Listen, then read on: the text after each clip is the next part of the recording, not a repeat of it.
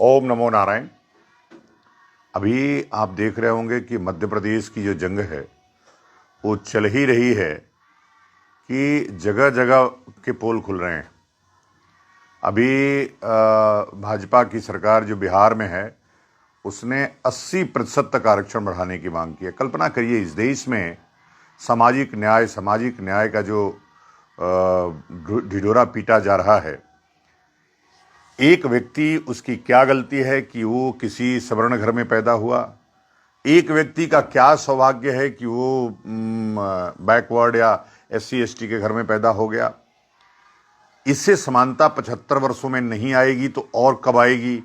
75 वर्ष पहले जब आपने आरक्षण की शुरुआत की, जब मंडल कमीशन के बाद आपने आरक्षण की शुरुआत की, तो आरक्षण का क्या स्वरूप था, अभी क्या स्वरूप है? आरक्षण बढ़ाते बढ़ाते मुझे पता है कि आप 100% करने वाले हैं। मुझे पता है कि आप प्राइवेट सेक्टर में भी आप आरक्षण को लेकर के आने वाले हैं। लेकिन मैं अपने पराक्रमी समाज, जो सवर्ण समाज है, जो पीड़ित समाज है, जो उत्पीड़ित समाज है, मैं उससे कहना चाहूँगा कि आप जगिए। आप किसी मुगालते में न रहिए, भ्रम में मत रहिए।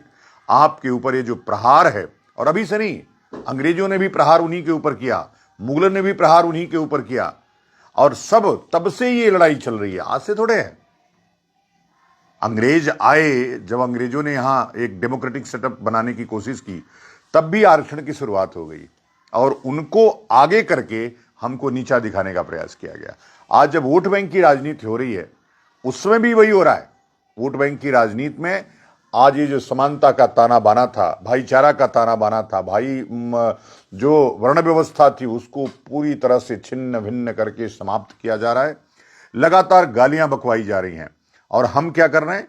वोट बैंक के लिए अपनी आवाज भी बुलंद कर रहे हैं। आपने किसी भी भारतीय जनता पार्टी, कांग्रेस या किसी पार्टी के सवर्ण नेता को देखा इस अन्याय के विरुद्ध बोलने के लिए? लेकिन अगर कोई बैकवर्ड का नेता है, तथाकथित बैकवर्ड, कौन बैकवर्ड है भाई आप बताइए?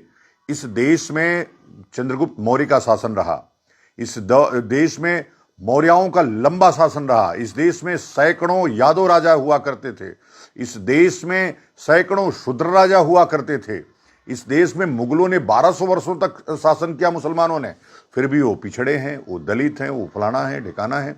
इस देश में जो शोषण की कहानियां गढ़ी गई, वास्तव में जो शोषित वर्ग है वह तबका भी सवर्ण समाज था, जिसको अगड़ा कहते थे। उसमें तब यादव भी सम्मिलित थे, तब कुशवाहा भी सम्मिलित थे, तब चौहान भी सम्मिलित थे, सभी सम्मिलित थे। लेकिन यह जो हराम के खाने की आदत डाली जा रही है वो एक दिन गृह युद्ध का कारण बनेगी, मैं आपको बता दे रहा हूं। लेकिन मैं पुनः पराक्रमी सवर्ण समाज से आग्रह कर रहा हूं कि अपने हक के लिए, अपने अधिकार के लिए खड़े होइए। समानता आपके अलावा कोई लाने वाला नहीं है। जो स्वयं भीख पे पल रहा है वो समानता की बात कभी नहीं करेगा। जिसको हराम का मिल रहा है, फ्री का मिल रहा है, वो उस हराम के लिए, फ्री के लिए लड़ेगा।